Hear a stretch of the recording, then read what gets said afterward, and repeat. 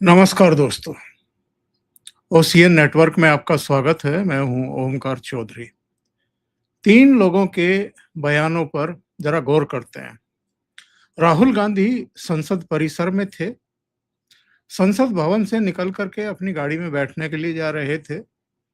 संवाददाताओं ने पीछे से आवाज दी और उनसे पूछा कि पंजाब में भी पेपर लीक की खबरें आ रही हैं। उन्हीं की पूर्व सांसद स्वाति मालीवाल ने कहा है कि पिछले 5 वर्षों में 6 पेपर लीक हुए हैं।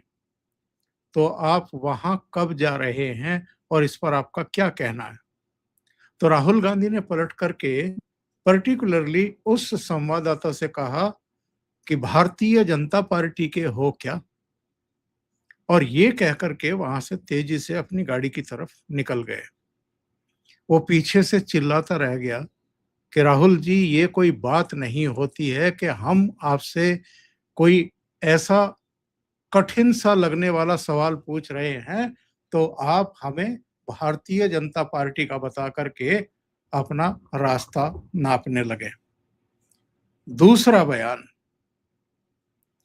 अभिजीत दीपके से संवाददाता ने पूछा कि आप झारखंड कब जा रहे हैं, क्योंकि झारखंड में लगातार प्रदर्शन हो रहे हैं। वहां के एक स्टेडियम में बारिश के बावजूद बैठने की व्यवस्था तक नहीं है उन स्टूडेंट्स के पास, क्योंकि वहां भी पानी भरा हुआ है।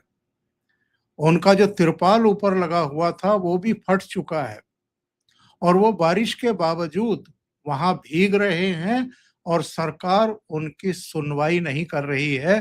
तो पूछा गया कि आप झारखंड कब जा रहे हैं, तो उन्होंने बड़ा नायाब सा बहाना बनाया कि मुझे टाइफाइड है और मैंने उन छात्रों से कहा है कि आप लोग अपना धरना प्रदर्शन जारी रखें और मैं जैसे ही ठीक होता हूं मैं आप लोगों के बीच में आऊंगा।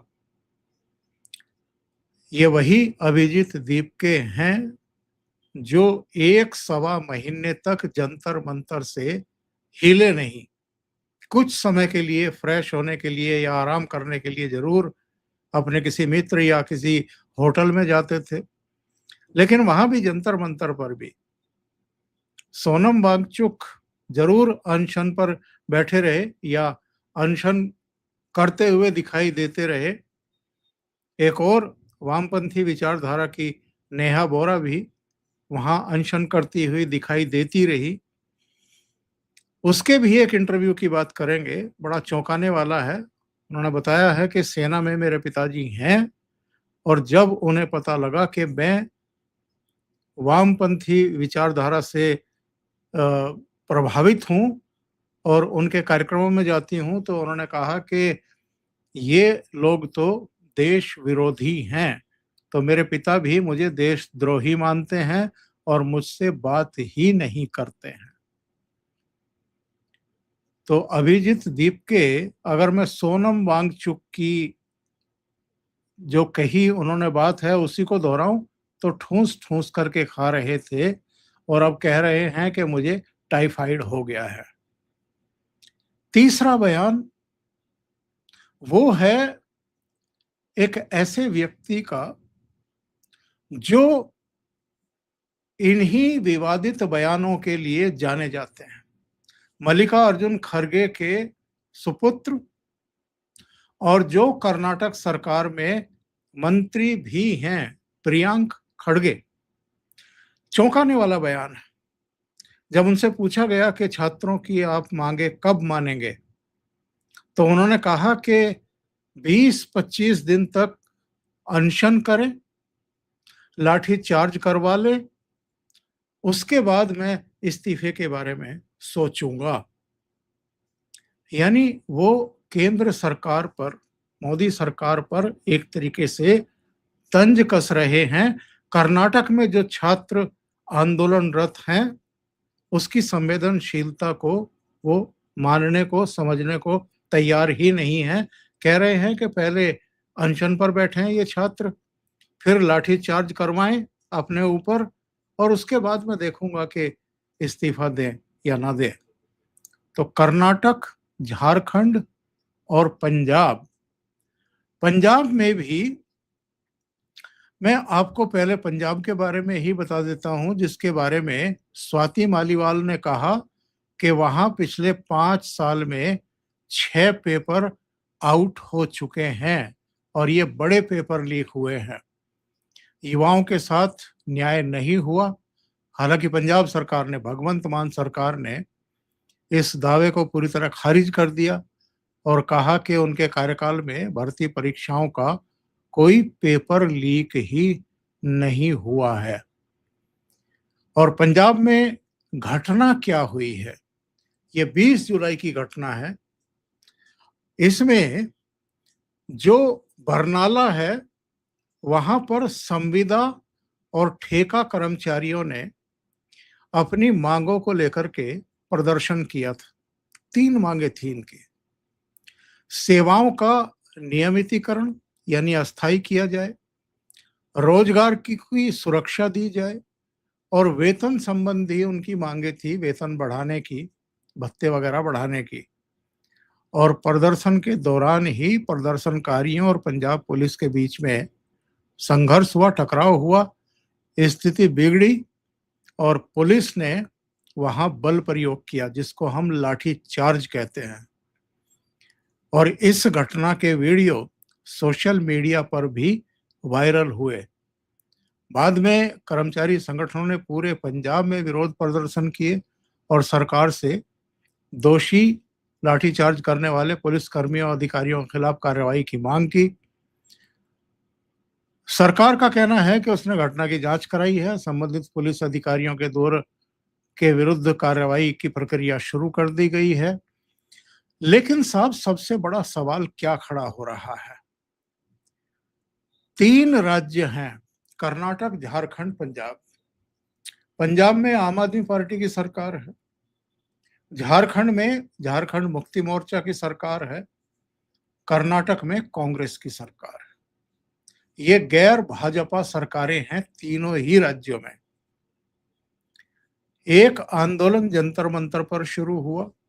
क्या कहा गया कि नीट परीक्षा के पेपर लीक होने के खिलाफ जवाबदेही तय होनी चाहिए केंद्रीय शिक्षा मंत्री की, उनको इस्तीफा देना चाहिए और जो इसके दोषी हैं उन पर भी कार्रवाई होनी चाहिए। जो दोषी हैं, जिन्होंने लीक किया था, जिन्होंने पैसे कमाए थे, पैसे बनाए थे, और जो अधिकारी थे परीक्षा आयोजित करने वाली संस्था, उनको उनके घर भेज दिया गया। बहुत सारे बड़े अधिकारियों के ट्रांसफर कर दिए गए, ओवरहॉल किया गया वहां पर पूरा, जिसको कहते हैं कि सारे घर के बदलना, ये कार्रवाई हुई। और बाद में चूंकि संसद में मानसून सत्र भी चलाना था, तो प्रधानमंत्री नरेंद्र मोदी ने शिक्षा मंत्री धर्मेंद्र प्रधान का इस्तीफा भी स्वीकार कर लिया, यानी उनकी सारी बातें मान ली गई, मांगे मान ली गई। लेकिन सवाल ये है कि जंतर मंतर पर चलिए उनकी बातें मान ली, कितने दिन चला छोड़ दीजिए, लाठीचार्ज क्यों हुआ, दोनों तरफ के लोग घायल हुए, ये बाद में पता चल गया कि वहां कितने अपराधी थे।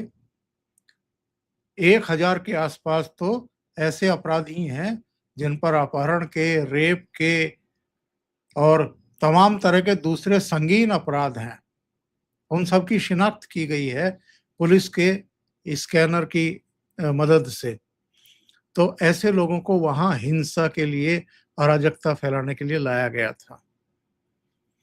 और चूंकि वहां पर प्रधानमंत्री को तरह तरह की गालियां बकी गई, तो अल्टीमेटली सरकार के ऊपर भी एक प्रेशर आता है और वो इस्तीफा हो गया।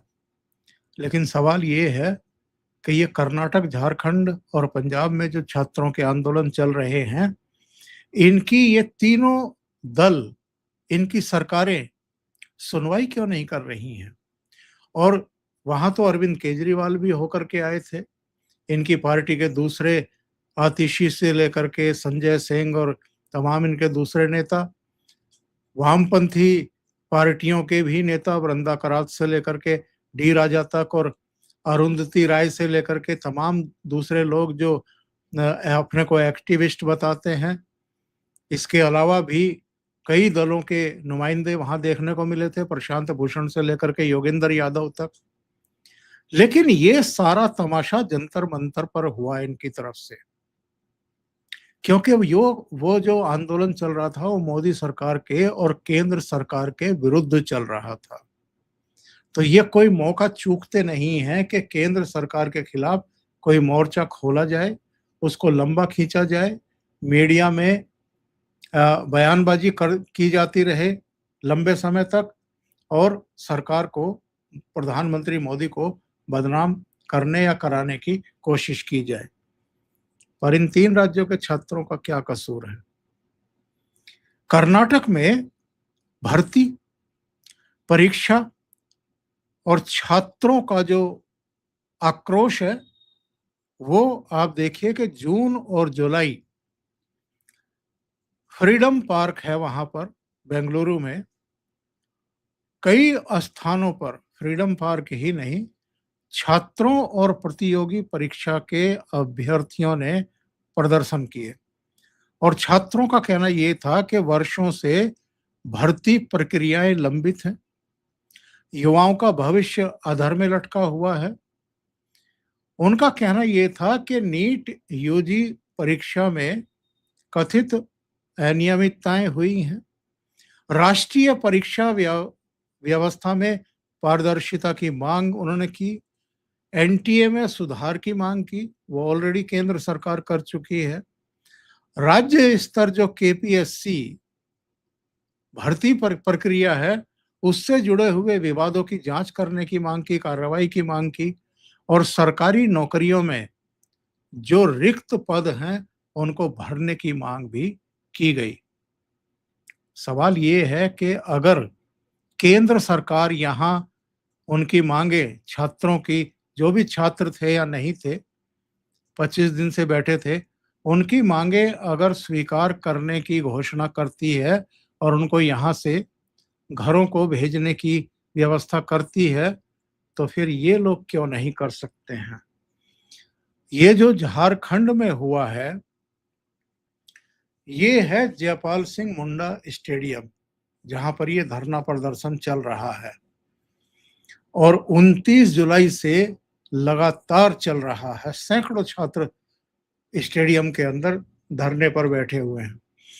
इनकी मांगे हैं कि 14वीं जो जेपीएससी भर्ती है उसकी जांच की जाए, परीक्षा रद्द की जाए। एक तो इनका ये कहना है कि 14वीं जेपीएससी जो प्रारंभिक परीक्षा है उसको रद्द किया जाए, जो जेएसएससी सीजीएल भर्ती है उसकी जांच हो, और जो ओएमआर गड़बड़ियों की जांच हो, पूरी भर्ती प्रक्रिया की सीबीआई से जांच कराई जाए।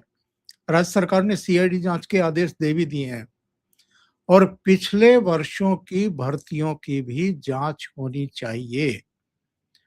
छात्रों का सीधा आरोप है जो प्रदर्शन कर रहे हैं कि भर्ती प्रक्रिया में गंभीर अनियमितताएं हुई हैं। राज्य सरकार ने भले ही सीआईडी जांच के आदेश दिए, लेकिन आंदोलनकारी कह रहे हैं कि हमारा इस पर भरोसा नहीं है, सीबीआई से इस मामले की जांच होनी चाहिए। अच्छा, भारतीय जनता पार्टी और दूसरे विपक्षी दल भी छात्रों की इस मांग का समर्थन कर रहे हैं, लेकिन ना तो सरकार टस से मस हो रही है और ना ही दूसरे दल, कांग्रेस के नेता राहुल गांधी, प्रियंका वाड्रा, ये जबान खोलने को तैयार हैं इस मुद्दे पर, बोलने तक को तैयार नहीं है, बाकी तो छोड़ दीजिए। और पंजाब में तो मैंने आपको बताया ही है कि उनकी क्या क्या मांगे थी। अरविंद केजरीवाल पिछले दिनों प्रेस कॉन्फ्रेंस करने के लिए आए और बोले कि वहां तो एक वो फार्मेसी का मसला था, कोई ब्लूटूथ से जो है कुछ प्रश्न जो है वो बाहर भेजे गए, वो पकड़ में आ गए, 5-7 लोग गिरफ्तार कर लिए गए, ये तो पेपर लीक का मामला ही नहीं है। वहां के मुख्यमंत्री ने भी कह दिया कि स्वाति मालीवाल जो आरोप लगा रही हैं कि 5 साल में 6 बड़े पेपर लीक हो गए, हमारे यहाँ तो कोई पेपर लीक हुआ ही नहीं है। देखिए, सवाल सबसे बड़ा क्या है? लोकतंत्र की कसौटी, लोकतंत्र में विपक्ष का काम हर सरकार से सवाल पूछना है, चाहे सरकार दिल्ली में बैठी हो, चाहे कर्नाटक में, चाहे झारखंड में, चाहे पंजाब में। और यदि दिल्ली के जंतर मंतर पर बैठे हुए स्टूडेंट्स की आवाज उठाना लोकतंत्र है, तो सवाल तो ये उठेगा ना कि फिर कर्नाटक और झारखंड में जो छात्र आंदोलित हैं, उनकी मांगों पर लोकतांत्रिक तरीके से फैसले नहीं लिए जाने चाहिए, या उनकी मांगे लोकतांत्रिक नहीं हैं अगर जंतर मंतर पर बैठे हुए कथित छात्रों की मांगे और धरना और प्रदर्शन सब कुछ लोकतांत्रिक था। तो अगर दिल्ली की पुलिस की कार्रवाई पर आप सवाल खड़े करते हैं, तो पंजाब की पुलिस ने जो लाठीचार्ज किया है उस पर भी सवाल खड़े किए जाने चाहिए। कर्नाटक में छात्र आंदोलन हुआ, झारखंड में छात्र आंदोलन चल ही रहा है, पंजाब में प्रदर्शन हुआ और पुलिस की लाठीचार्ज भी हुए। क्या देश की सभी सरकारें छात्र आंदोलनों को समान संवेदनशीलता से देख रही हैं, या रवैया सबका एक ही जैसा है? और दूसरा सवाल, क्या राजनीतिक दल सत्ता और विपक्ष में रहते हुए एक जैसे मानदंड अपनाते हैं, या उनका दृष्टिकोण सरकार बदलने के साथ बदल जाता है? केंद्र में बीजेपी की सरकार है, मोदी सरकार है, तो आप सारे इकट्ठा हो जाओगे उनके खिलाफ।